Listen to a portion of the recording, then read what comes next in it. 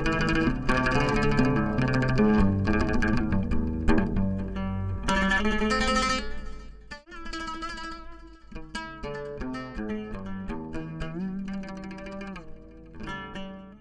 alaikum wa rahmatullahi wa barakatuh. Mudanayal iyo marwooyin, ladies and gentlemen, it's a great pleasure to welcome you on behalf of the organisers and the trustees of Kate Somali Arts and Culture to the opening of Somali Week Festival.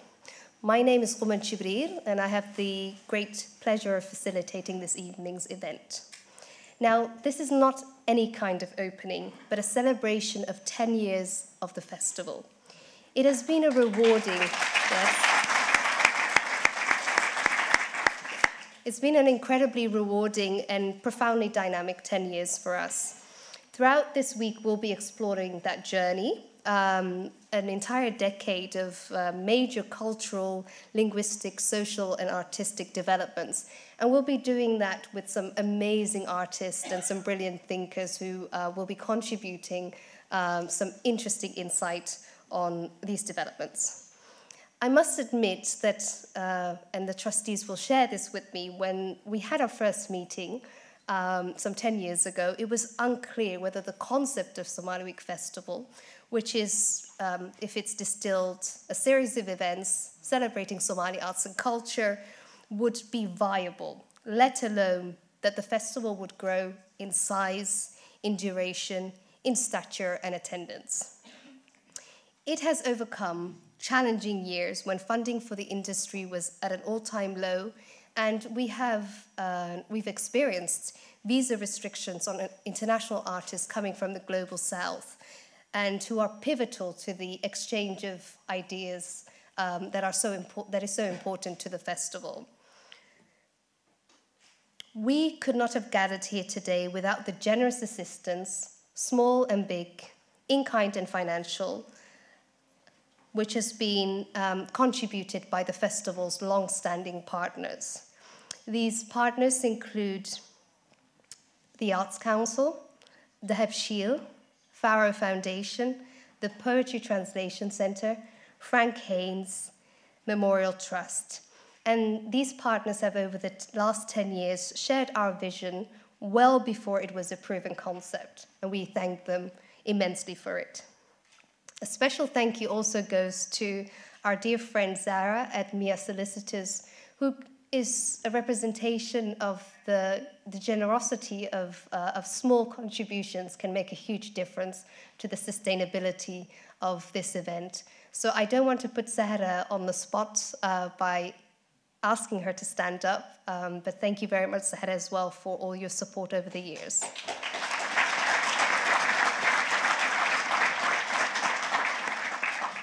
The festival has gained new friends in addition to its older supporters, which include the Heritage Fund and Aziz Foundation, and we're very happy to welcome them on board this wonderful journey as well. Somali Week Festival today enjoys great accessibility and visibility due to its collaboration and partnership with venues, such as the brilliant British Library where we're gathered here today, the School of the School of Oriental and African Studies, it's a mouthful, the British Museum, and for the first time, the Borough of Barking. We are also proud to have deepened our collaboration with the Mayor's Office and City Hall, and we warmly welcome the Mayor Sadiq Khan.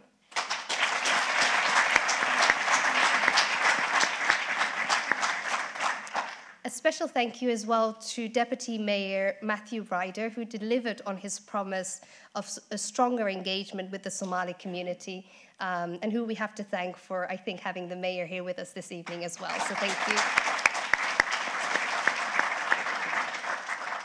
Ladies and gentlemen, the festival owes its continued and growing success to your unwavering support.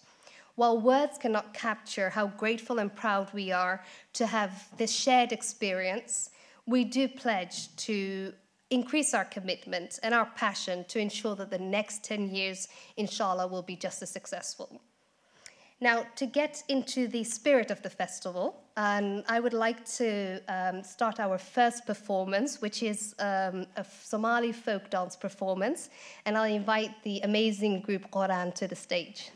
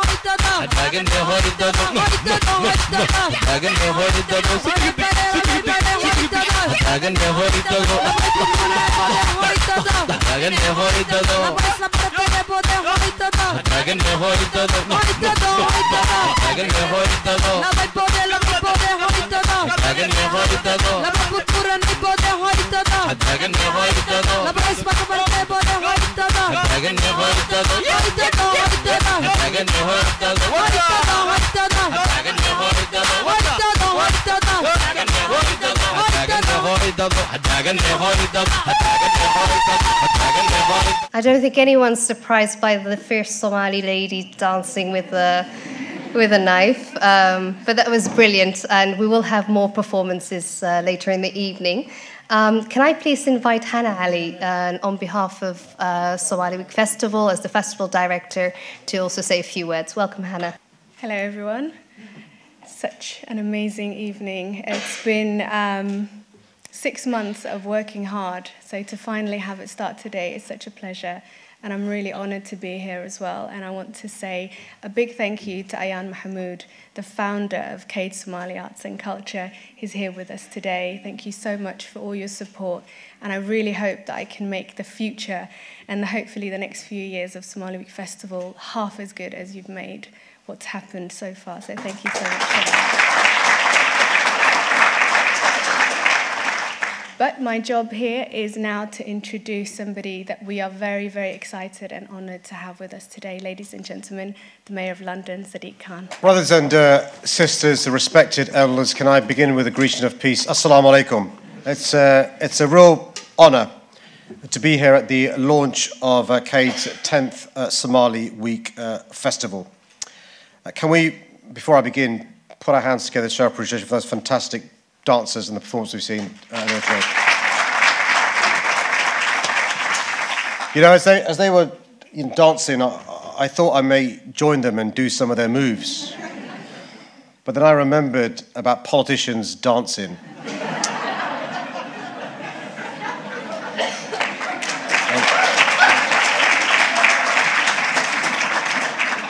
And the thing about Theresa May,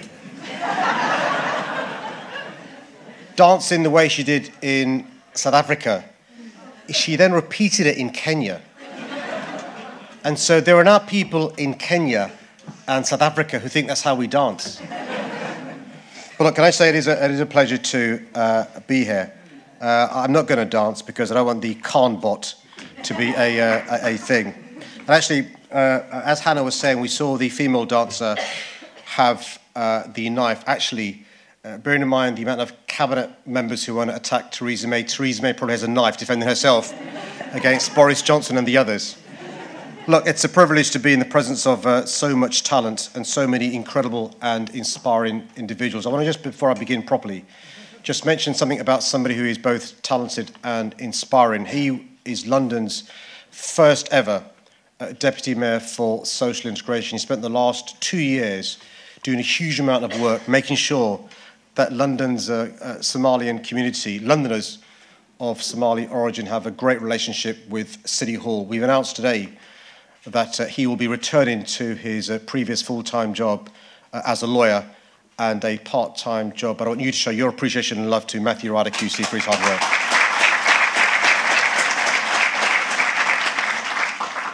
I firmly believe that you should never underestimate the power of positive role models, whether it's distinguished journalists like Haroon Maroof and Mohammed Adaw, or our very own Raghi Omar, or the lawyer, international development expert Kuman Akli, not to mention the 19-year-old spoken poet, word poet, you're going to see later on, Sagal Gabay. I firmly believe that to be it, you have to see it. And that's why it's so important to celebrate the huge success we have in London's Somalian origin community. And so I want to begin by paying tribute to an amazing role model and somebody who Hannah alluded to. She was the founder of the Cade Somali Arts and Culture Festival all those years ago, Ayan Mahamood.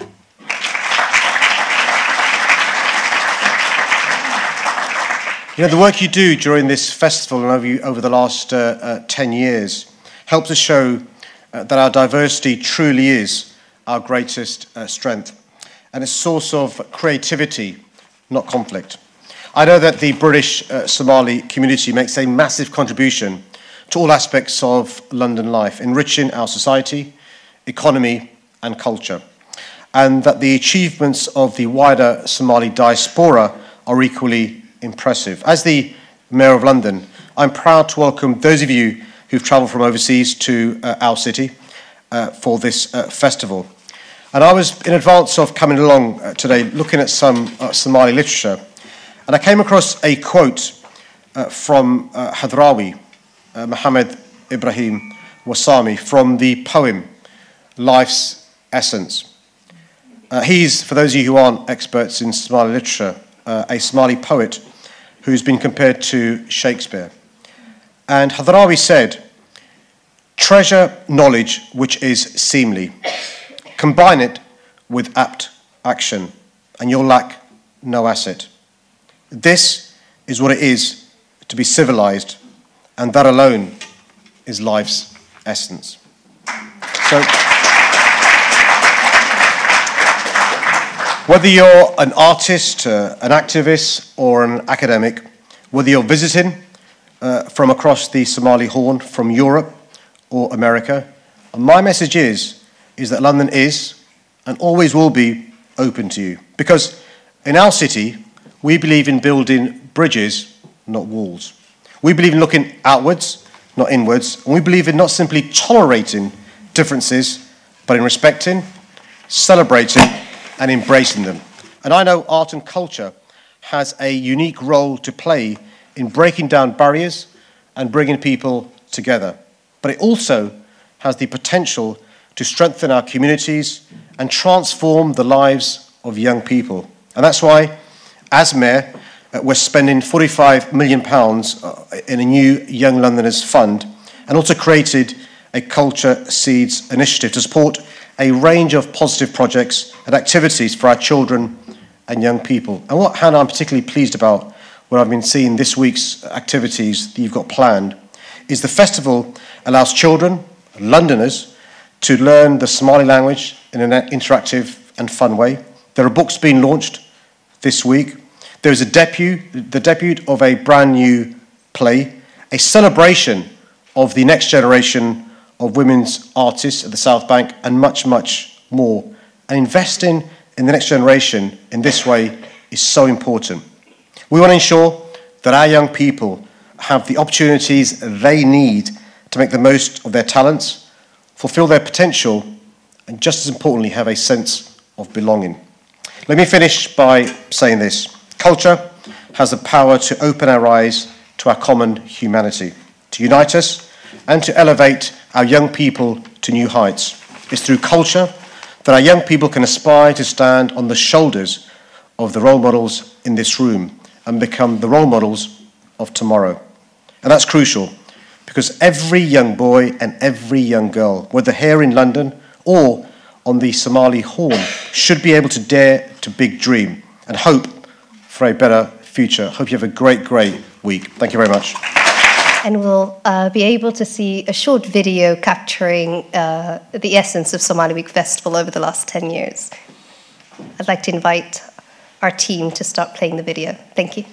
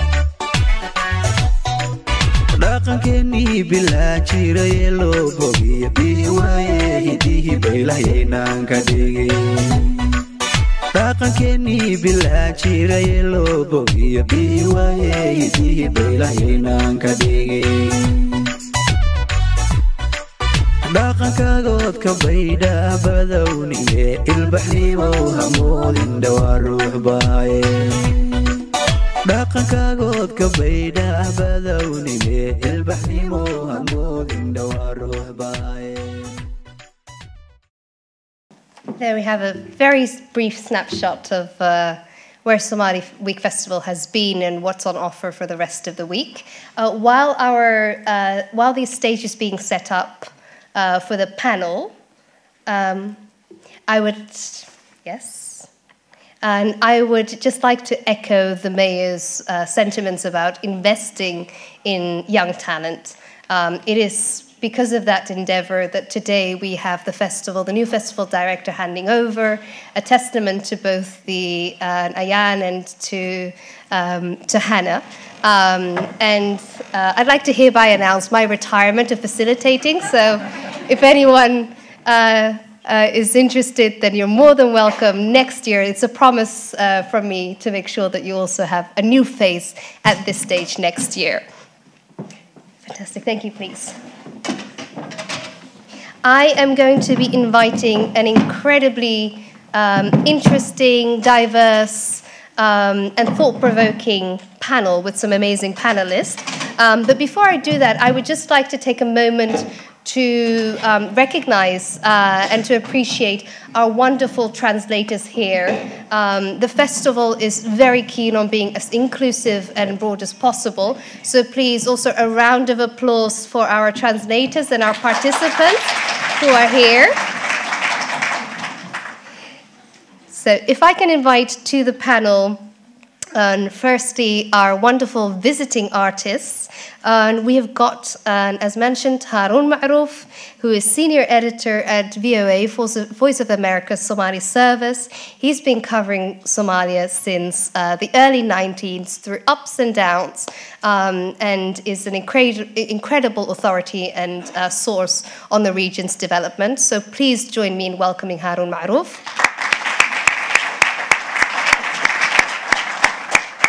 Please. You can take a seat anywhere. We have the brilliant Yusuf Hassan Abdi, a well-known activist, if I may call you that, and also Somali-Kenyan MP for Kamakuchi. He's a diplomat, a former journalist, former director of IRIN, and has worked for many years at the United Nations. He joined Kenya's parliament as a legislator in 2011 and has ever since been re-elected. So a very successful career in politics. Welcome, Yusuf. I'd like to invite Raga Umar, or Raga Omar, a seasoned British Somalilander journalist who has worked for both the BBC World Service and Al Jazeera at some interesting times in the history of those organizations, which we'll be touching upon. He's currently international affairs editor for ITV News, as well as deputy newscaster at ITV News at 10. So we're going to be having him, we're going to be competing for his time with the news, essentially. So welcome, Ragi.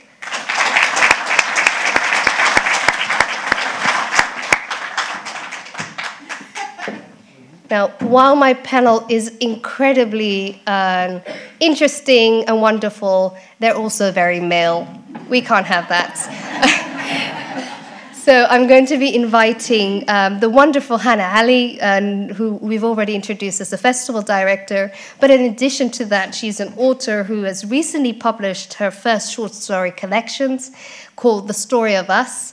She's a PhD candidate at SOAS University in the post-colonial department, and a wonderful talent and researcher on arts and culture. So please, Hannah, join us.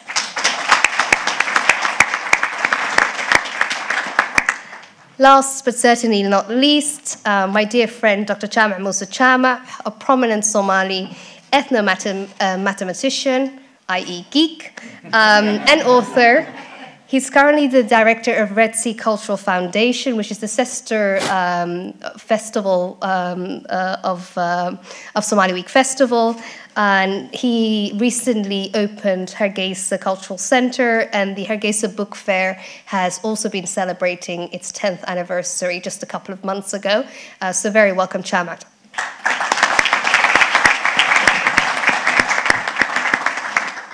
Now, we can't wait to hear from you, but before I open the panel, let's go back also to the essence of what the festival is about.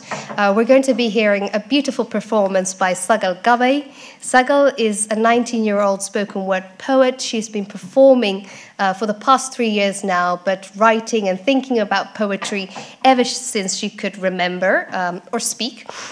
She's a published poet in her second year of studying English at university, and she hopes to create more awareness regarding social issues through her poems.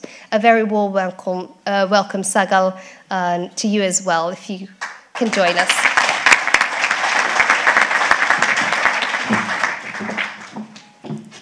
Hi everyone, assalamu alaikum.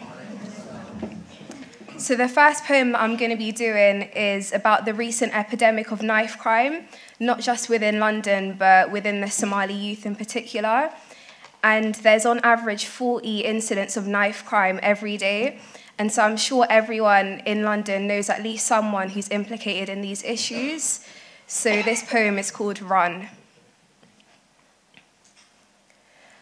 Often, deep into the sky's metamorphosis, we ask ourselves, where did it all go wrong?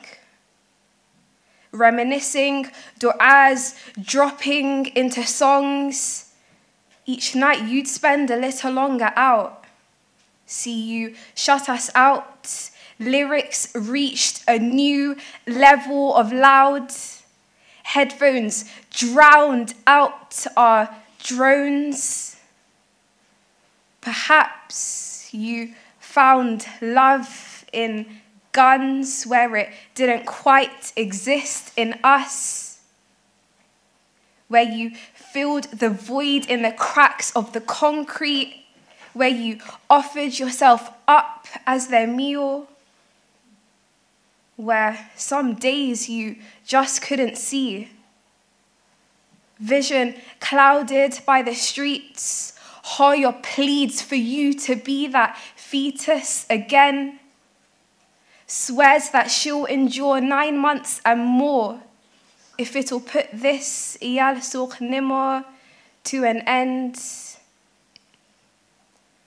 There's just something about Somali mothers and their sons, where love doesn't fathom the word enough, where each time her heart breaks, your return glues it back again. She tells the GP, metal against chest, never quite finding a moment's rest. Mountains lay in her head. Months pass and she's imagined your funeral to death. Some days she wonders why she even fled. Like a curse war followed her every steps. There the bombs may have dropped, but here the knives replace that mess. Like thorns they sprout out, littering the streets, and like the splitting of the sea, these days we never seem to meet. Gum and tarmac know you better than me. And you thought that was it, as you fought with your eyes, who said wars within didn't exist. Sight blocked by an eclipse, almost saw flashes of him. Caught a glimpse of his wing, peeped the glow of the tip, or was it black like your sins? Boy, you thought you'd been killed, as life ripped out of your wounds, spilt like ink, split like Eve, your rib stumbled with anything but ease. Drifting in and out of sleep, they pleaded with you. Sung the lullabies of sweet days, convinced you of better ways. Don't drift into death, stay awake, stay awake. Pulse faltering through the telephone line. She left war, only to find that war travelled to this land too. Settled on the streets that Tahrib fetishized, glamorizing chips and knives, Diana and crime, unaware that this is no place for a child. We are losing our men to a genocide. They see street lamps shining at night and mistake it for the stars in the sky. A little light in this life. The streets, my brothers, will eat you alive. It'll get at your pride. It will mark its flag and colonize your life. You wouldn't stop crying, they said. You couldn't stop crying, they wept. As you watched your life wither away, a judge and a jury inciting your pain. home became a bed and a sink, shrunk to a cage-sized ditch. Mold etching along the walls, decay dripping down the halls. Every step felt like a fall. You awoke most nights drenched in sweat and blood, thinking you'd heard the reaper's call. And truth is, you'd tried your best, tried to live a life unlike all of their mess, turned blind and deaf to the whispers that the apple doesn't fall far from the tree, that likeliness runs in communities, that you'd too run into cuffs and the police, that the scanning of their fingerprints held yours too, that these fables could ever carry some truth. And I guess it got to you. Their words became your actions, and now here you lay, another statistic, another body we mention when we pray. The streets don't love you and won't love you and can't ever love you. What does concrete know of compassion? The same ground hoards your loved ones, guarding them from you with dust. The streets don't know of love, they know of lust, and of how easily you trust, how their survival is a must. So they feed off of you like a leech. They suck the warmth out of your blood. They drain the life out of your lungs. When you're told to be back before dark, run, my child, run. Thank you.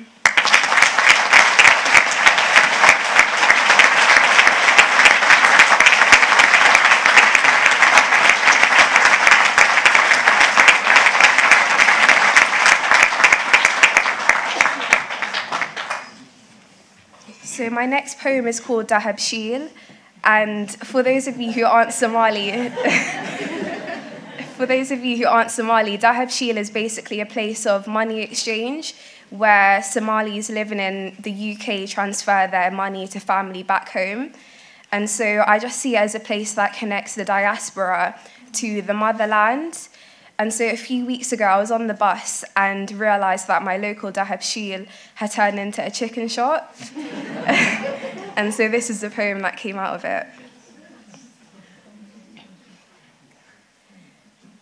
When the Dahab Sheel turns into a chicken shop, you feel your heart trip over the Gulf of Aden.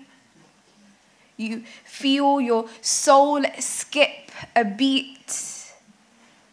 See, home managed to squeeze herself into your suitcase. She demanded the plane's window seat.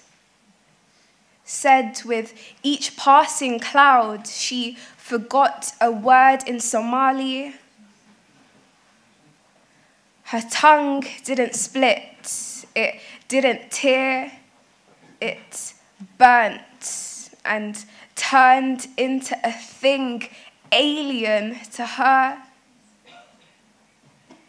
She became the people they'd laugh at in school. Resistance was saying as many insults in Somali as they forced pasta down your throat.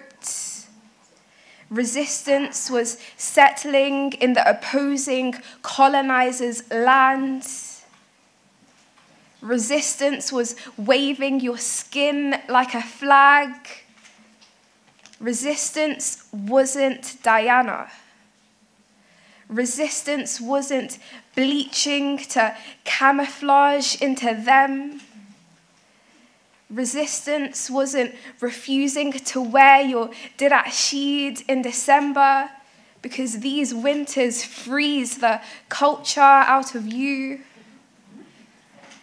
To tell the truth, you wonder if you left parts of home at the airport, if her hands just couldn't get through immigration, her teeth fell off at arrivals, her hair shed at duty free. You look at your reflection in shock, in horror and wonder. Is it me? Is it me? Is it me? The Dahab Sheel turns into a chicken shop, and you feel home's heartbeat flatten to a halt, and you live off of her. So your heart too staggers to a stop. Thank you.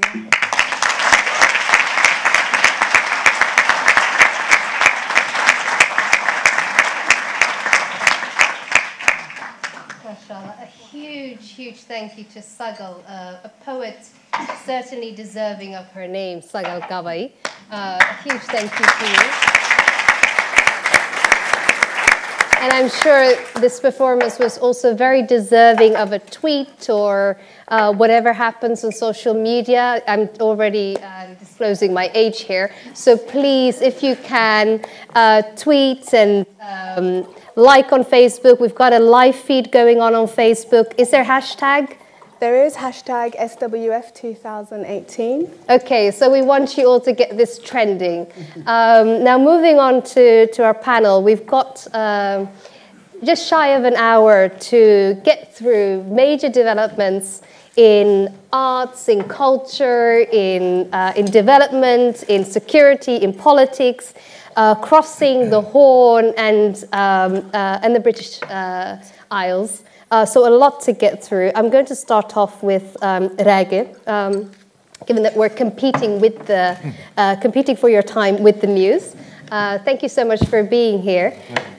Rage, I don't want to put words into your mouth, but I'm sure that it must have felt for you for a long time, being the only Somali in the room, the only British Somali in the room, that things could potentially get a little bit lonely. And I'm sure that the landscape may have changed. You will have seen younger journalists coming up. So how does it feel for us not to be the outlier anymore? And what have you noticed in the last 10 years in the British Somali community and its place in the UK? Well, first of all, it's lovely to be here on the 10th anniversary of the festival. And a lot has happened on many different fronts, culturally, journalistically, in arts, in poetry, in every aspect. I didn't always feel like the only Somali in the room because I sort of began in the BBC Somali service where everybody began, so it felt like there were lots of Somalis in the room from the minute I began at BBC World Service. And that was really the main sort of institution. I'm going back really to the early 90s when the Civil War was at its height. So it had about as close as it's possible to come to a saturation audience. If you go through what was, the BBC World Service, there were lots of departments that catered to communities and, all over the world. The Pashto service, the Hausa service. I mean, lots of countries and regions that had equally their own problem. But I think the Somali service had just about, I suppose you could probably vie in Afghanistan with the Pashto service, where literally whole towns and cities would come to a complete standstill when that sort of famous sort of jingle sort of came on. In fact, Focus on Africa, where I began, was just down the corridor for a bit from the Somali service. So they were very, very, big figures and very well-known sort of figures, and have been through generations. So, and we have to remember that, the Somali service was long-running. I came from a family which was more in business and a little bit sort of in politics, but there were no journalists. And in fact, my late father, bless him, was absolutely horrified when I told him I was going to become a journalist. He thought, you know, I spent all this money on a very expensive education in Britain, and I thought maybe sort of banker or lawyer or this or that, but a journalist, he thought it was just about, you know, the worst thing. But it was sort of difficult because I didn't sort of have anyone in my family, and I think what the London Mayor was saying earlier, you know, in order to be it, you have to sort of see it, is very important. I was very lucky. I had a very privileged sort of background. I had a sort of, I didn't come here when my family, you know, lost everything as a sort of, under very difficult circumstances. Many people will, you know, have families or, descended from sort of families who came under much more difficult circumstances than I did. And I think also what's changed in a lot is that that culture from parents' generation to young Somalis who want to go into the media is not reflected in terms of that attitude that the media is a sort of a thing that you shouldn't really go into. You should try and sort of go into sort of professions and so forth. The importance of journalism and reportage and media has grown enormously, and appreciation of it. So that's what's really changed. It's not so difficult, I think, for young Somalis in the UK who want to go into the media, not just reporting, beyond that, music, rap, poetry, installations, very different sort of, radical departures from only sort of 20 years ago, where there would have been very few sort of, people and sort of, families.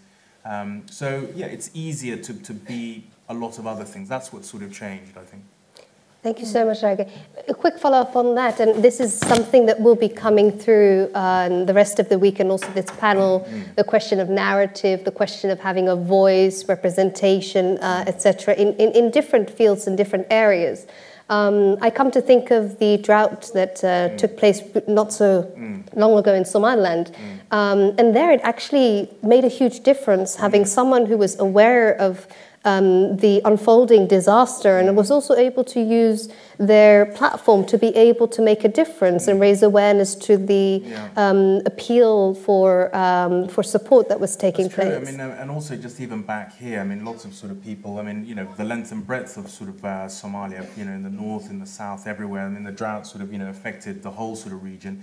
Communities in London, in Manchester, in Birmingham, Leicester got together to collect whatever they could and sort of, give money to a sort of appeal, and that was really, very important. I felt that for the community to be visible in addressing this sort of crisis, because sometimes I think, the narrative has been, whenever you report, about Somalia, it's the idea that the international community are always saving them and always sort of, coming up with sort of narrative. It was very good to see that communities, every companies as well as sort of communities were contributing, because that's really the truth of it, is that when you're on the ground and reporting, the international community weren't, really there visibly. It was local NGO workers, local, Somalis. They may have been working for, Save the Children, or Oxfam, or UNDP, but it was, Somalis in Somali regions that were doing it.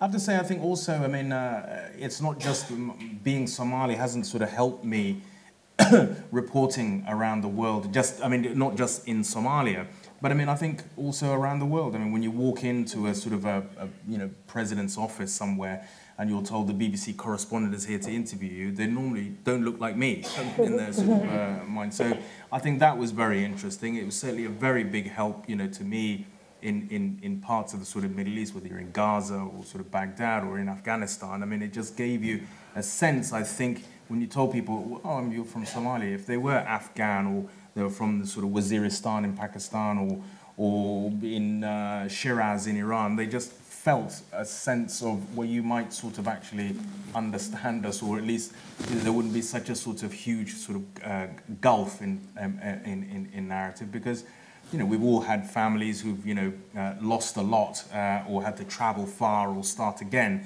And I think that was a very important connection in my own sort of career. Being Somali actually was a door opener, rather than it being, something that sort of closed the door. Fantastic. Thank you so much. Quite a lot to reflect on and to celebrate and to also to discuss. If I can quickly move on to Yusuf, and then we'll have a very free-flowing discussion as well.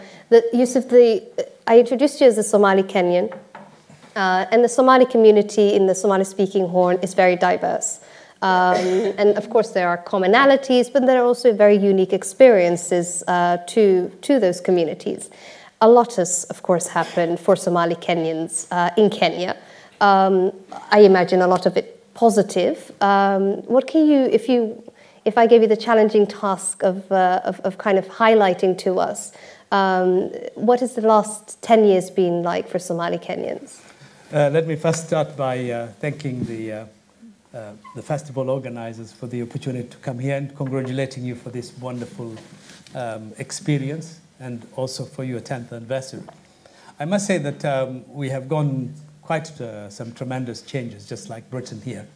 I remember Rage coming from Oxford to come at the BBC World Service, the Bush House, when I was there.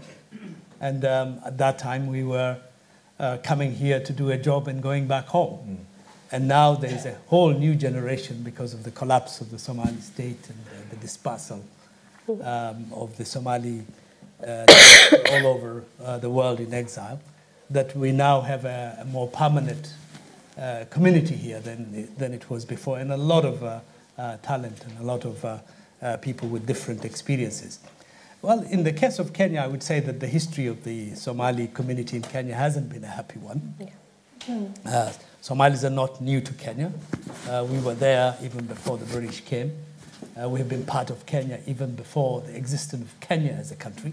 But somehow, during the colonial period, we were considered to be outsiders and were kept in a restricted environment in the northern provinces, even though there was a very big and growing community of Somalis from British Somaliland who had settled along the railway lines and have been part and parcel of the making of the modern Kenyan state, as it were. And then in the 60s, of course, we had a conflict in which a significant percentage of our population felt that they didn't belong to Kenya. Again, because of that colonial history, it was true that we were really not part of Kenya as such. We were kept under a closed district with different rules and regulations. And so when that happened, again, it was a conflict of many years. And it's only recently that I think Kenyan Somalis have felt as part of the social, economic, and political process in Kenya. And now we have a very large entrepreneurial culture. Somali businesses are thriving everywhere. They play a big role in the capital city, Nairobi. They're in telecommunication, in real estate, in the transport services, in the energy sector. Every sector, actually. There's hardly any place where you won't find a Somali.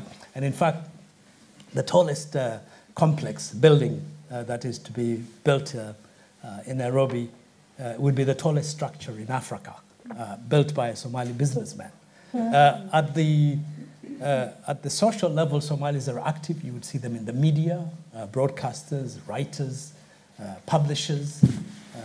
One of the leading Somali businessmen has two of the largest publications, a political monthly and a business monthly.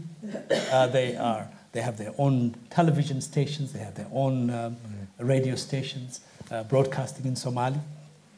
And Isli, which is the part of the neighborhood that I represent in Parliament, is actually the major economic hub that is making a major contribution to the economic development and the well-being of Kenya. It is the second largest trading center with transnational regional network with the Horn of Africa, with North America, with Europe, the Middle East, China. And so you can see that. And even at the political level, we are more represented. I'm elected from the capital city, Nairobi, which is the first time a Somali has been elected. We have cabinet ministers. We have principal secretaries. We now have a very dynamic director of public prosecution who's been locking up a lot of corrupt people in our country, including a number of governors who have been found to be on the wrong side of the law. We have 34 members of parliament from 6 at the time of independence. Our numbers are growing. In fact, in terms of population, the Somali community now is the 4th or the 5th largest ethnic group with 2.9 million population. And so we are visible everywhere, and we feel that we're no longer outsiders in the Kenyan story. Well, thank you so much, Yusuf. You're not only representing, I think, your constituency, but we're also very proud of all of your work in Parliament and see you as a role model as well. And we really hope that your example will inspire young Somali British politicians also to be coming up. Quite a few of them have already been elected at local councils. Hopefully Parliament, the next step. We saw a young Somali lady being elected in Parliament in Sweden at a time of incredibly regressive politics in Sweden. So even in those difficult times, some very positive stories coming out. Harun, I don't even dare to begin to ask you to talk us through. I mean, you've been so involved in the region since the early 90s. But maybe to start off with, we're going to be launching Harun Ma'rouf's book during the week. And it's really great also to see journalists being able to put their time into and finding the time to be able to document some of these amazing work that they are doing, which you may have a short segment to do when you're doing your session. I want to maybe start off with a little bit about the quality of reporting. I listened to your investigative reports, and from that and the discussions that are taking place, I really can sense that there is a greater seriousness around reporting for the Somali-speaking service. So it isn't just reporting facts, but there are some really challenging and difficult discussions to be had by some very difficult journalists, as they should be. What can you tell us a little bit about tracking the last 10 years, the quality of and the depth of journalism in the Somali-speaking service? Thank you very much for inviting us here. I thank Somali Kaid Arts and Culture. This is a very really interesting, rich, very uplifting event. I am very glad to say that this is the first time I was invited by a Somali organization to speak at an event. So I congratulate you for that.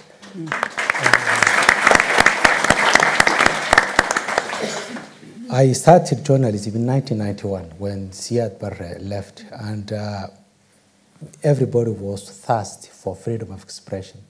That's when many people have started the profession, whether they were journalists in the past or not. Most of the youngsters we know today who are involved in journalism, they just love the profession.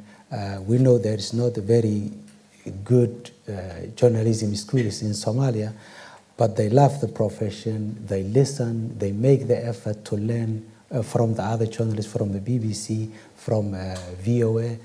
And one of the challenges they have is that they're young and they're eager and they're excited, and they forget the danger. At that time, sometimes when I go back I used to be a columnist on one of the first newspapers in Mogadishu. And when I go back to the columns that I have written, I feel scared. How could you have written this in 1991 when the situation was so dangerous? But now what's happening now is even more dangerous. So to go back to the quality of reporting in Somalia today is very good. At the time in 1992, when the United States forces landed Somalia, that's when I got my first big break in journalism. So I got a job with Associated Press, first to translate just the newspapers for them. There were a time when there were about 200 journalists, foreign journalists in Mogadishu. So they were making the narrative, and the Horn of Africa, war-ravaged country of Horn of Africa, the Eastern Africa country of Somalia. So Western journalists came and they have given us this narrative. The narrative divided the city into south and north. But after that, when all the foreign journalists left, we said, what are we going to do? Are we going to continue? Are we going to refer our country as the Horn of Africa country of Somalia? Or are we going to change? So there was serious discussion from there on. And I think you have seen now the quality of Somali journalists. They are breaking news ahead of international media. I'm glad to say that most of the international news organizations are represented by local journalists, Somali journalists. So they're really working very hard, and the quality is very good, it's improving. There are challenges. One of the main challenges is the security. We have about 64 journalists killed since 1991 in Somalia. Most of them were killed during the last 10 years. So what was happening the last 10 years? Al-Shabaab was happening. And Al-Shabaab, as you rightly said, they were thought-provoking. They transformed the art of war. You see a young man who is coming out from home, and the art of war we know is you go to war, you fight, you come back alive. Or at least you want to come back alive.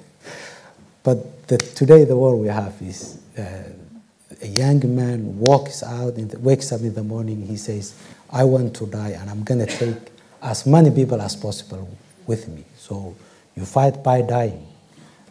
This has affected the journalists in Somalia quite a lot.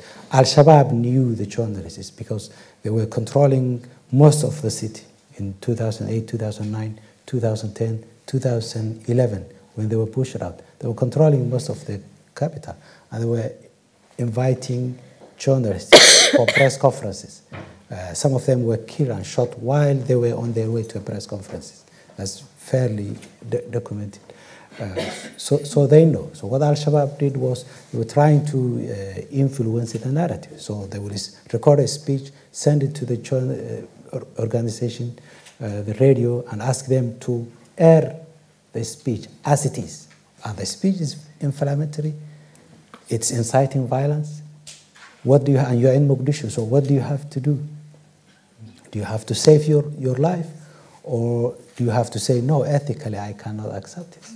Some people, most of the journalists, I must say, have refused that. And that's why most of them were targeted, and they lost their lives. One radio station lost about 6 journalists. One radio, including 3 managing editors. So it was very challenging. And what's even more worse is that Al-Shabaab runs a very effective media organization. We'll talk about Al-Shabaab next week as an organization, but they run a very effective media organization. They document, they embed their journalists in the front line. What they also do is that journalists spy on other Somali journalists because they have known them. They work together in radios. So you have a former journalist who is on the Al-Shabaab side calling a journalist on the government side, making death threats, saying you're going to die tonight. And this has happened, literally. I'm sure you have read the newspapers. One of the top Al-Shabaab media guys was executed in 2006. He was convicted for the killing of 5 journalists. 5 journalists. So this is part of the challenge. But Al-Shabaab is not only challenging journalists, they're also challenging the narrative on the ground. We have, in Somalia, we have the federalism, we have constitution. So the constitution does not define federalism. And what do we base on federalism? Is federalism going to be based on region? Is it going to be based on ethnicity? Is it going to be based on geography? Al-Shabaab's position is federalism is imported from outside the country. It's dividing Somalia and is compromising the integrity of the country. That appeals to a lot of people if you make that argument. On the other side, they don't mean that genuinely. They're just using that to make their point. But what that exposes is the lack of vision, and I'm not talking about one particular government, but the lack of vision on the Somali government leaders, and I'm talking about successive governments, not just one particular government. So nobody has come out to articulate national vision for federalism. What's federalism? national vision for constitution, how we're going to share the power, who's going to share the power. I mean, you have seen the problem between the regional leaders and the federal government. They're discussing and disagreeing on power sharing, but the constitution does not say who is sharing the power. Is it the government that is sharing the power with the regions, or is it small governments that are coming together to form a strong government? The constitution does say that. The constitution does not define Somali borders. Where's the Somali border? Who's a Somali? And this is the national vision around it is lacking, and this is where Al-Shabaab is exploiting all these problems. We have seen, if we want to run our country, we have to have politicians, but as well as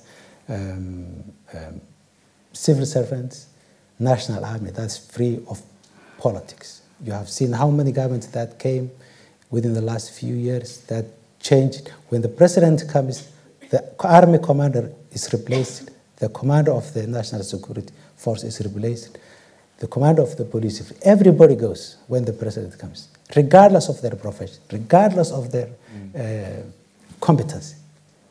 Why? Why are we politicizing security? Why are we politicizing civil service? We can't build a country, we can't have a viable functioning vision for the future if we don't manage and come up with a system really that works and builds the country for the future. Thank you so much. Thank you.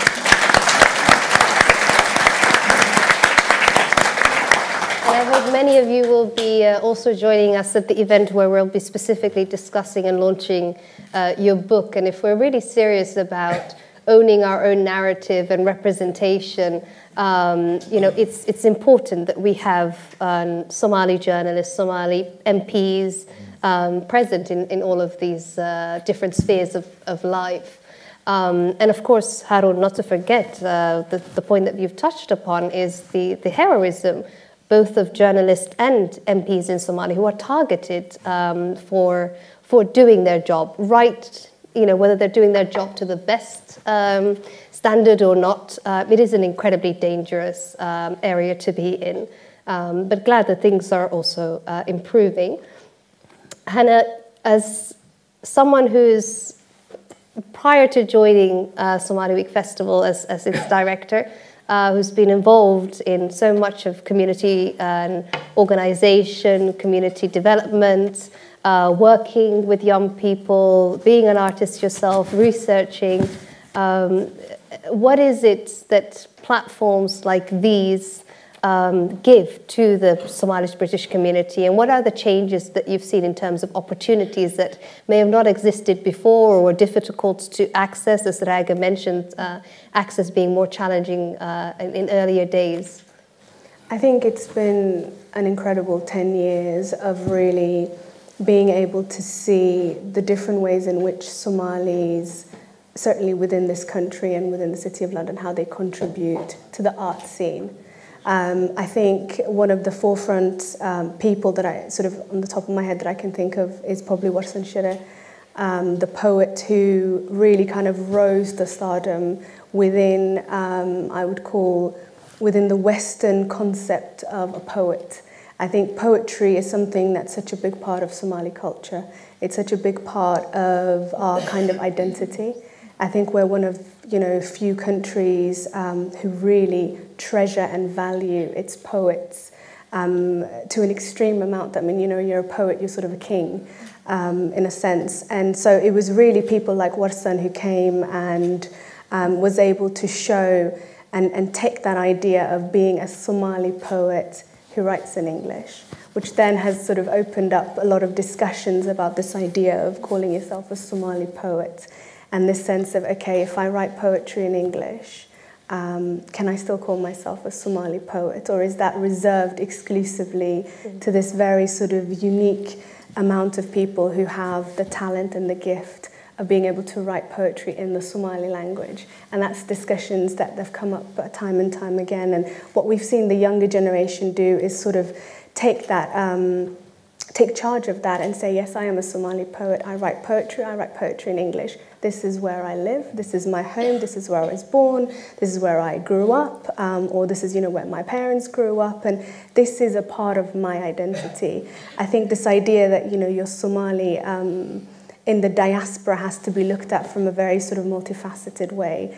It's not only a sense of younger people who are born here and raised here, but for many of us, our parents have also been here for over 20 years, and they've also grown up here. They've also become, adults here. They've been here either their entire 20s, their 30s, their 40s, their 50s. That affects you, and that changes you. And I think it's really important to be aware of the fact that as an artist, you take all of that on board, and that becomes a part of your identity as well, and how you express yourself. Sagal Gabe, incredible poet that we've seen today, is only a small example of the talent that exists within the Somali community. Sagal in particular was somebody who was part of our City Hall Mayor's Citizen Engagement Programme that we were selected for. We were one of 6 community-led organisations who was selected by the Mayor's office to look into our community and to investigate and sort of research things that we found important. And straight away we chose poetry.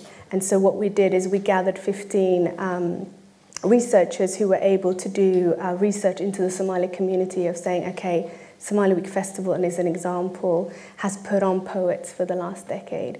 But why? Why do we love poetry so much? Why does it mean so much to us? Why do we know so many poets? It feels like everyone is a poet here in London. And so we were able to investigate that, and then through that process, we had very, very quiet Sagal who sort of one day said, actually, I write poetry as well. And I thought, okay, fantastic. I'm going to give you a platform. And there she came and completely blew us away, as I'm sure that she did tonight. And it's people like that that we think, as certainly for my role moving forward with Cade, I'm very excited to give people a platform. Not just only poets, but photographers, writers, novelists, short story artists, whatever it is that you love to do. My joy as being part of Cade Somali Arts and Culture is to be able to give other people a platform and to be able to say that it's not a measure of, what have you done so far, then we'll give you a platform. No, it's a sense of, okay, you've got something to say, this is the place to say it. And that, I think, has been an incredible place and change that's happened. And certainly Ayan was starting Cade has been one of the many platforms. There's been several other Somali organisations as well that do give people that opportunity to say, come, speak, be yourself, and feel represented. And I think that's a big change that's happened. Fantastic. And I'm sure that the communication has also improved a lot and in terms of accessibility. And now anyone can get in touch, over so many different platforms. I remember the first community organisation that I approached as a 17-year-old. I emailed from my dubious email account that was named, quite a dubious email name, but they ignored it. And I had to gate crash their first meeting. But also it had a lot to do, yes, very keen in earlier years. But it has a lot to do with mentality as well. And not knowing really how to deal with young people. A bit of a fear of knowing, what do these young people want? How do you communicate? Language, of course, may be a barrier. So how do you feel that, how things have also improved in terms of communication and networking and accessibility in that respect? I mean, certainly the internet and the rise of social media has been tremendous in getting people to really take the initiative to say, okay, if I can't get a publishing deal, if I can't find a platform, if I can't find a place to express myself, I'll do it myself. So you've had a lot of poets and artists that have started out through blogging and that have kind of given themselves their own kind of platform to say, okay, well, this is what I've got, this is where you can find me. And the internet is an amazing place. I myself, as well as the way that I met Cade and Ayan and that organisation and that kind of link happened through social media. People find you in social media where they otherwise wouldn't. So I really encourage everybody who's got something to say, who want to be, whether it's an artist or a politician or, you've got things you want to share with the world, to do it and not wait for that opportunity to present itself, but actually say, no, I've got something to say.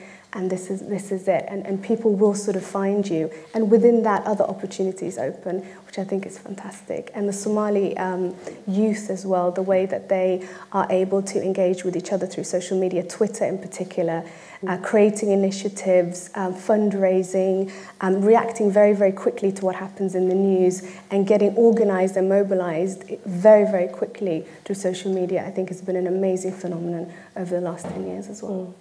And highly entertaining YouTube. Oh my God! I mean, I can't even begin to mention some incredibly funny YouTubers, Somali YouTubers, whether it's Ilmi and Usob, who are really like an amazing bridge between Somali-speaking and English-speaking young people.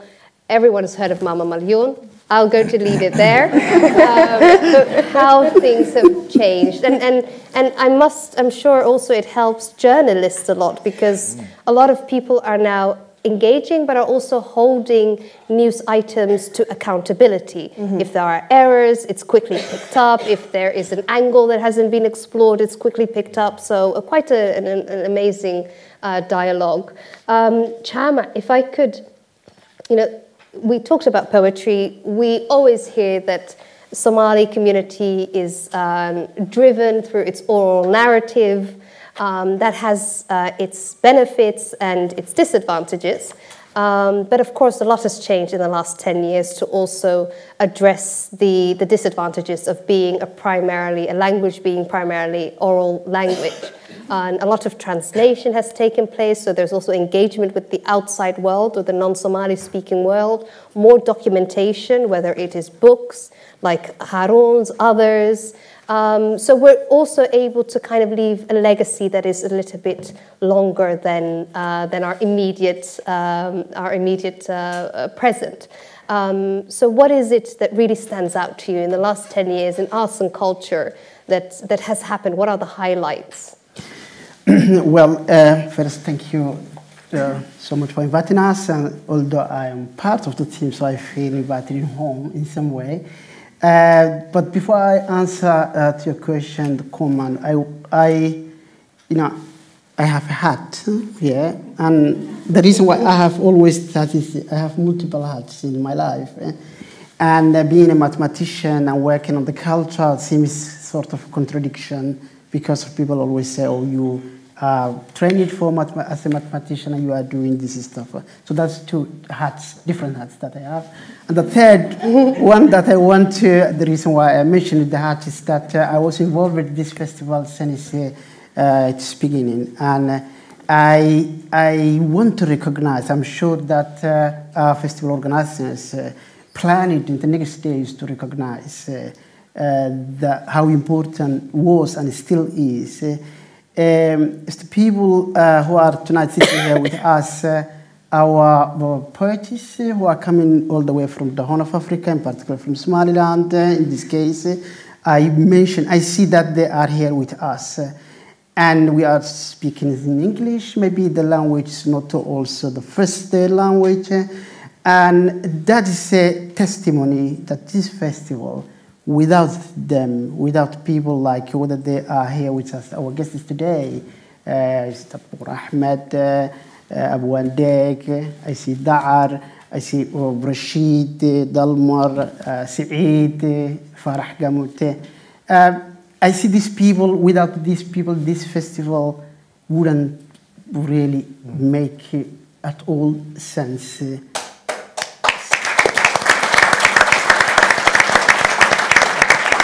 So as a member of this wonderful institution, I want to recognize their work, and because also I traveled with them from Somaliland and from the Horn of Africa ever since. It was a pleasure to have them. And the question that you asked me exactly gives me the link between these generations. What I would say that have changed is exactly what Sagal represented tonight. You see, the society, I always define the art and culture as a sort of a reaction of the human being to the nature, what the nature offers to to the human being. And the reaction is the culture, how you build your own culture. And Somali people are changing. Somali people changing and continuously changing. So as their culture and art is changing. An example is we are talking here. One of the things that surely changed forces change Somalis is the technology. How technology sort of on one side gave an open window for the young people, so they are not anymore closed in their angle, but they are connected to the world. You would see today at the Hargeisa Cultural Center, the paintings that you found are more. It's more easier that you see them painting an abstract object or painting sort of a woman who is in a difficult situation in her house for the current city, what city defines, instead of a typical Somali art where you would have a painting of a rainy season or a she camel or whatever. So the world is changing. The world is changing back in Somali territories. The young people, how they are approaching the art and culture is changing, and the views are changing. And that creates also sort of a contradiction. You would see people who composing beautiful poetry for their work, the way that music is generated, performed, and recorded completely changed. It changed so much that maybe poets like Da'ar or early, maybe 70s or 80s would consider even a Somali poem, what these young people are composing. So things are changing, and there is a contradiction that's coming out from that. Maybe they don't recognize the form of as a Somali poetry. But for the young people, it's their world. They are living in their world, even if their art is still physically in the region. So that's one contradiction. The second thing is the thing you were mentioning about the writing. The writing culture tremendously changed for the last 10 years. I remember in 2007, we were thinking to start the Hargeisa International Book Fair. I was contacted, I was in Italy, and I was contacted by Scandinavian libraries who wanted to have Somali books written in Somali language for their students. And the whole list of the book that we collected from rare books, from Amazon, from wherever you want to were roughly 190 titles written in Somali. And it was a shame in a language spoken by 16 million people to have that small number of books. Of course, I'm talking books outside of the curriculum, school curriculum. So that was 11, 12 years ago, the situation. If you compare what happened in the last year, like this International Book Fair, young people who wrote books in Somali language, who wanted to present their books because they were published between the book, the year, it was over 120 books. So tremendously changed the number of books that has been produced. And that's happening in the diaspora, that's happening in everywhere where Somali be. So the culture of writing, reading and writing are tremendously changed for the last 10 years. Of course, we have to talk about the quality. So we were discussing among them saying, okay, we have the numbers today, but we have to think also the quality of also courses about creative writing or whatever it is are being taking place in different ways. But things are changing these last 10 years. What I consider most important that I observed as a change, as a huge change that's taking place not only in the Somali territories, not only in the Horn of Africa, not only, but I think in Africa, is that finally people understand that art and culture are not only important for the society, but they are extremely fundamental in the state building. This was something was until recently missing, ignoring.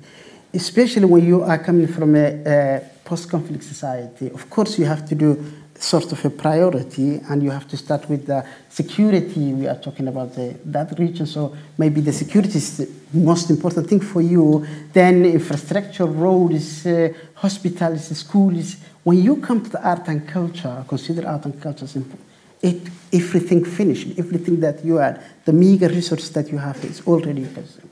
And that was a mistake because if you create that sort of vacuum where you leave art and culture vacuum, you lost the people. You lost what we define what makes the human being humane, which is art and culture. If you lose that, then you lost the human being.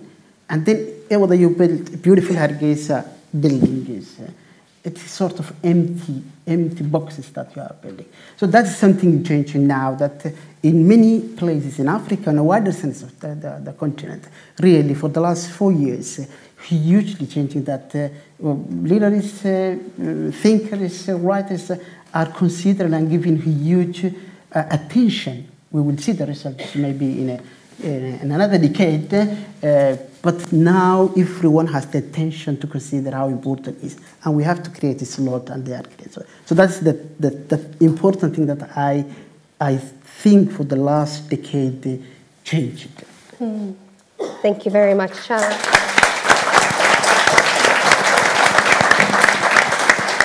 And we'll be having incredibly deep discussions, but also, publications that actually represent our manifestation of this development over the course of the next week. So we're going to be discussing this a lot further. We're going to continue with our panel for another 10 minutes, but since we have overrun, I would like you to join me in thanking Rago Umar for his participation. Thank you very much, guys. But before I close, we've talked about what has happened so far. We've looked back, but of course there's a lot ahead of us, inshallah.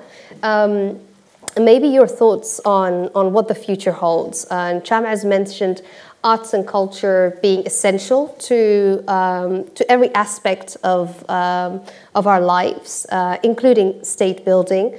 We've been able to discuss incredibly challenging topics, whether it's the massacres that have taken place in northeastern Kenya, whether it is the security situation and security challenges in Somalia, whether it is press freedom in Somaliland. In this environment, with thinkers, writers, artists, and performers, in an environment that has been very open and tolerant and transparent. Maybe it's easier to approach things through arts and culture and at a festival like this than it is to have a political discussion, which may be a lot more heated. But maybe just quickly your thoughts on what does the future hold for us? What are some of the essential steps that need to be taken? What are your hopes for the Somali community in your respective fields? I'll start off with you, Yusuf. Well, first of all, I must say that I'm very optimistic in the sense that there are a lot of positive changes in our region. If you look at neighboring Ethiopia, which has recently had some cataclysmic peaceful change with a new leadership that is putting emphasis on democratization, on engagement, on understanding, and so on. That is really exciting for us in the sense that we feel that Africa and the Horn of Africa is turning a corner, in the sense that we're involved in dialogue. And the main aspiration when I see people, when I talk to people in my constituency, in Kenya, in Somalia, in Ethiopia, and even here in Britain, the main aspiration of people is to have development. And without peace, you cannot have development. We have spent a lot of resources on wars and conflict. We've lost a lot of people but now with the changing mindset of African leaders and leaders in the region, and people demanding more of their leadership, the aspiration of the person is that they want good education, they want good health, they want affordable housing, they want to live, they want to have an equitable system, they want to have justice, and the rule of law, and food security, and so on. And now we are focusing on some of those things in terms of putting resources, putting effort in creating the conditions in which our economies can take off. We're building a lot of infrastructure. A lot of African countries are building infrastructure. If you see now, we have railway links, we have better roads, better investment in economy. And a lot of these things would eventually lead to a more developed society, a more prosperous society in which we will not be spending a lot of effort fighting for resources, because most of African conflicts are, and particularly the Horn of Africa, most of what I see, you may interpret it as an ethnic conflict or community, intercommunal conflict, but at the end of the day, it is fighting for the limited resources and the opportunities that are there that eventually leads to conflict. And if we can widen the opportunities, we can build our society and development. I feel that the Somali community is better placed than many communities. They're entrepreneurial, they're hardworking, and they will just take off and be part of that development process. Thank you so much, Yusuf. So proactively taking charge of our destiny. Harun, you've agreed, I think, and overlapped quite a lot also with what Yusuf has said: leadership, vision, stability. What are your thoughts on, having observed the developments that have taken place in Somalia? Where are things heading? Before I answer that question, I want to say something I should have said at the beginning of the previously, which is the opinions I make here are only my own opinions. They are not the opinions. I hope they don't put me in trouble. So they are my opinions, not the opinions of that's where there's a difference between a politician, right? We got that disclaimer. Thank you. Yeah, but in going forward, the thing that Somalis really need to ask themselves, you should ask really very, very hard questions. The challenges we are facing in Somalia are really enormous.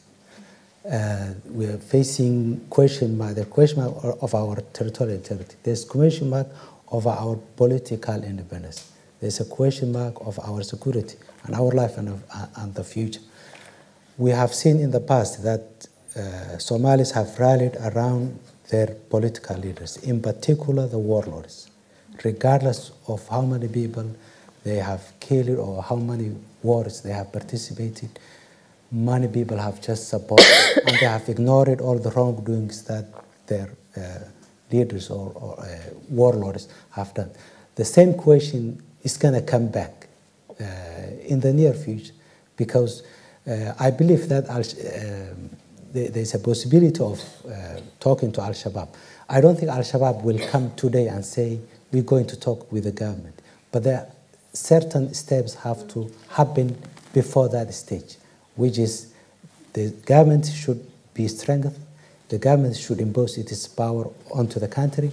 It should come with a national vision, and it should bring all the Somalis together. It should mobilize Somalis as well as international community. The international community is not supporting a lot Somali government compared to other conflict countries, Afghanistan, Iraq. I mean, the level of support for Somalia is really non-existent. That is a fact. We know that the African Union troops have troops there, and they have been helping the government to stay and keep its feet on the ground. But that's all temporary. This is our country. So what are we going to do? AMISOM has been there for 10 years. We don't have an army, very functioning, efficient army. We don't have viable institutions that are functioning. What should we do? That's the question we should ask. That's the question really we should ask independently, regardless of who runs the country. Regardless of who runs the country. This question will come back. We have seen last week that Mukhtar Robo is going to run. What are we going to do about Mukhtar Robo? What are we going to do about the other warlords who have run for the presidency of Somalia? How should we define warlord? It's the person who belongs to our clan warlord. Can they do whatever they want and be part of the future of Somalia?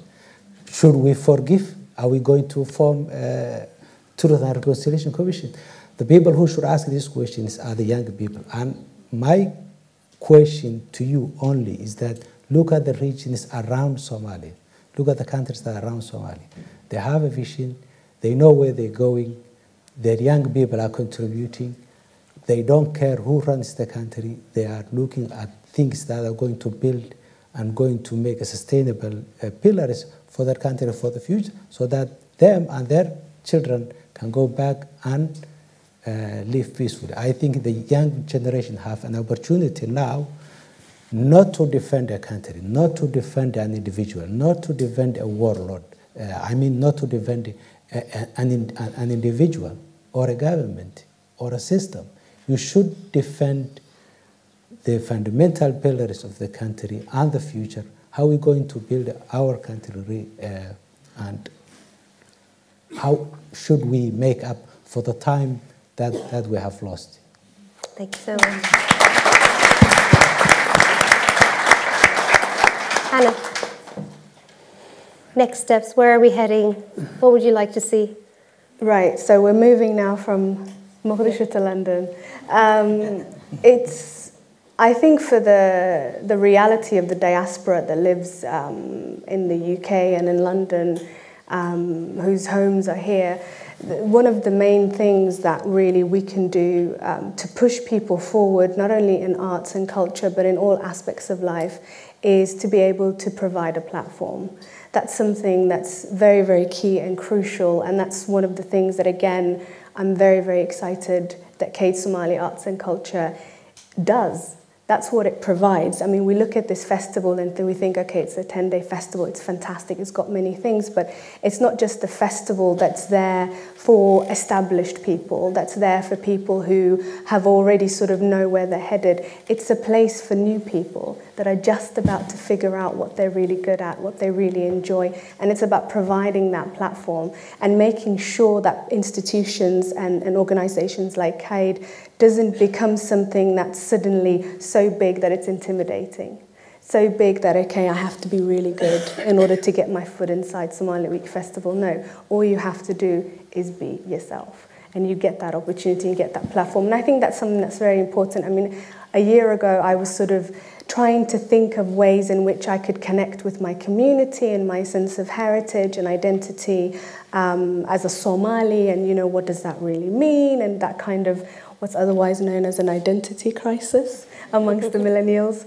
And so I was able to connect with Ayan Mahmoud, who said, you know, why don't you come over? And we had a conversation, and she sort of said, okay, give me 2 months, and then I'll get back in touch with you. And I thought, you know, I would sort of get an opportunity perhaps to come along to one of the events. And then she said, actually, no, I want you to work for us. I want you to be part of CAID.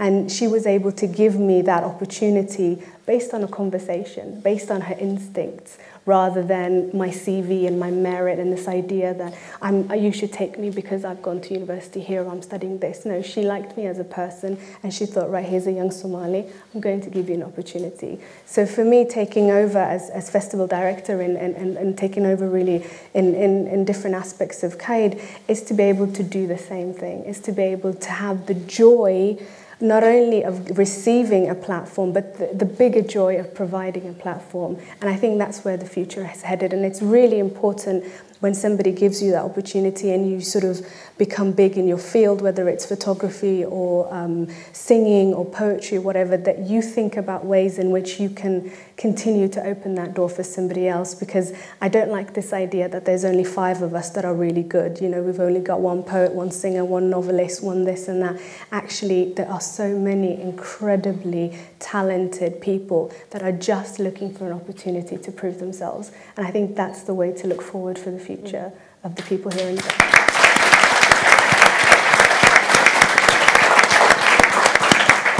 Thank you so much. Cham, I think you probably have more ideas than the next 10 years could squeeze into. But I'd like to also just maybe stop on a point that you've made about a wonderful visiting artist, about the generation of artists that, us here, the participants in the UK, who've had the privilege to be able to meet in person. You know, Hadrawi I'd only heard of, and many of us had only heard of in name.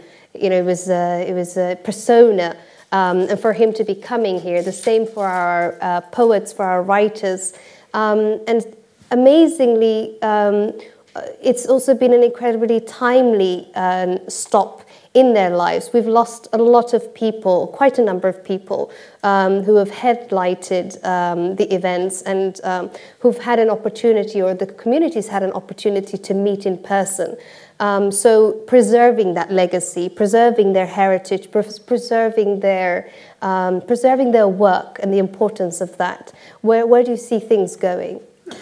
Well, I would echo what Hannah was saying to answer that question, because of, I think what a society needs is sort of people sometimes in the academia call gatekeepers into the knowledge generation or access to the knowledge. I use the word enabler more than gatekeeper, gate enablers. If we succeed to build a platform where people can meet, then that's where it starts the reality. If we, what's happening in Hargeisa, for example, in the particular Hargeisa Cultural Center, is, Mustambed, they are here, Da'ar is the boss of Mustambed, but the whole team, Dag, Wuchi, Musa Ali Farour, all those groups has a place under the classical, shade of tree at the cultural center, where they don't do nothing else. Come 2 days there, sit down and meet with the young people. And that's something fascinating happen. Young people go there just to see them, ask questions, talk to them. It's where we can build what you, instead of, I don't like the preserving it because it seems like we are taking and putting in a museum and then we are killing and there we are putting the heritage. I like that sort of revival, giving that kind of heritage that you're saying, to come back to the life, to go back to the schools. Ethnomathematics, the field that I did in my educational background, basically on that. Don't let it put on the museum our heritage. Our heritage should be in the life of the society in order to be something that we can, a young generation can come. And the first thing to do is that that platform that where every morning they pass in there and the young people are asking questions is fundamental. What I'm saying, building an enabling platform that allows people to meet, to ask questions, to talk, to interrogate what happened instead of telling through the books, which is always good, but also giving them live opportunity where they don't meet. This is so extremely fundamental. The second thing that the question that you were asking me initially about the writing, what changed? The fact that the mayor of London today, cited Hadrawi was something so crucial and fundamental. I appreciate it not only because of, there is a sort of, I always said we had for Somali Week Festival a year that we covered as a theme of the year translations. And the reason why we chose that the translations broke this kind of block is that the society is put, and this block is unfortunately generated that the new one. The fact that the mayor of London today, Saiti Hadrawi, tells all what this kind of platform is about. If we couldn't succeed to translate the huge heritage from Somali people to another language where other people can access, today this wouldn't have happened. And for me, it was extremely fundamental, this. So the second thing that I would say, that kind of translation that could be generational, from one generation to another, who passes the information each other in the same language, or that kind of translation where cultures move and goes to one society to another is the way to go. It's the way to go. So I am extremely, honestly, hopeful, because I believe probably I'm working for the last 10 years with the young people, and that gives me more hope in some way. I feel there is a pride, hope for the young generation of Somali people.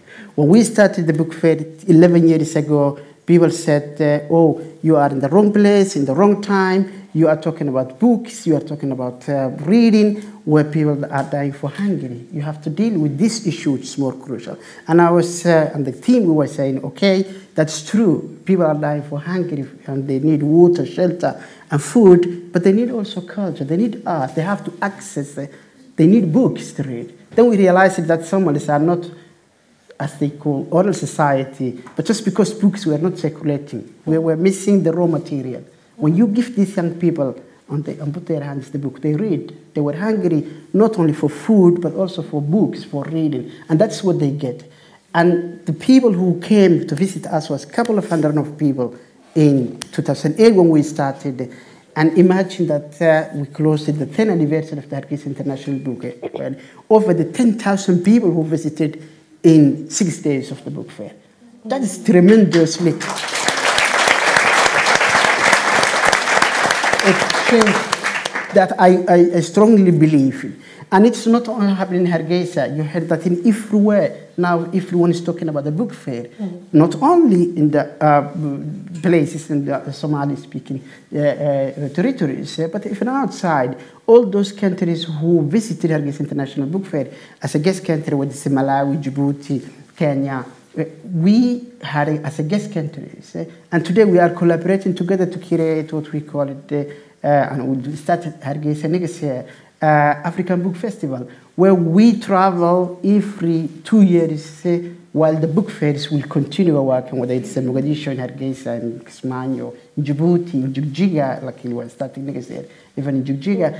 All those places will continue as yearly annual book fair. Then we will go to visit every 2 years in a capital. We will start with Hargeisa, and then Kigali, and then Joburg for now until 2028. I mean that I really feel that young people, when given to a platform, what you are saying, then they take over and they choose the right thing to do. So I'm really hopeful for them.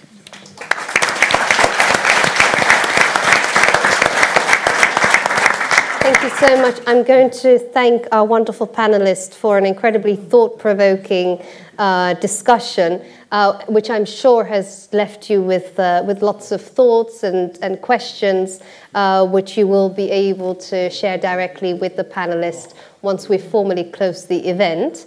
Thank you very much for your participation. We're going to clear the stage now to welcome back the wonderful dance troupe for some more dancing. But at this point, I also just want to thank the most amazing audience. Thank you for your patience. Thank you for your interest.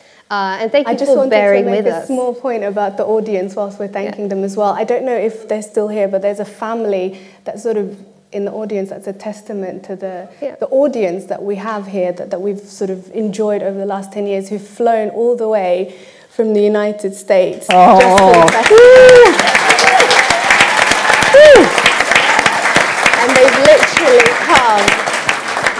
And they've literally come from the airport directly to the British Library, and they were waiting outside as I entered. So thank you so much for your support.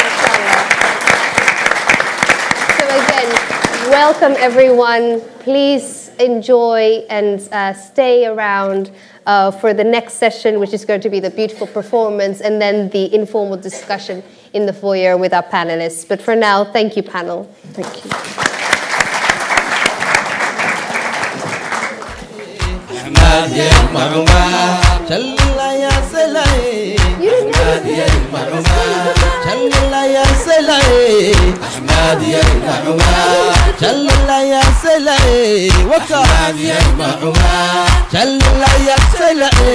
بسم الله صلى الله عليه ويالي بسم الله صلى الله عليه ويالي بسم الله صلى الله عليه ويالي بسم الله صلى الله عليه ويالي كنسيب كنسر عليه ويالي كنسيب كنسر عليه ويالي كنسيب كنسر عليه ويالي كنسر عليه ويالي كشبحة عليه ويالي كشبحة عليه ويالي كشبحة عليه ويالي كشبحة عليه ويالي بسم الله بسم الله صلى الله عليه ويالي بسم الله صلى الله عليه ويالي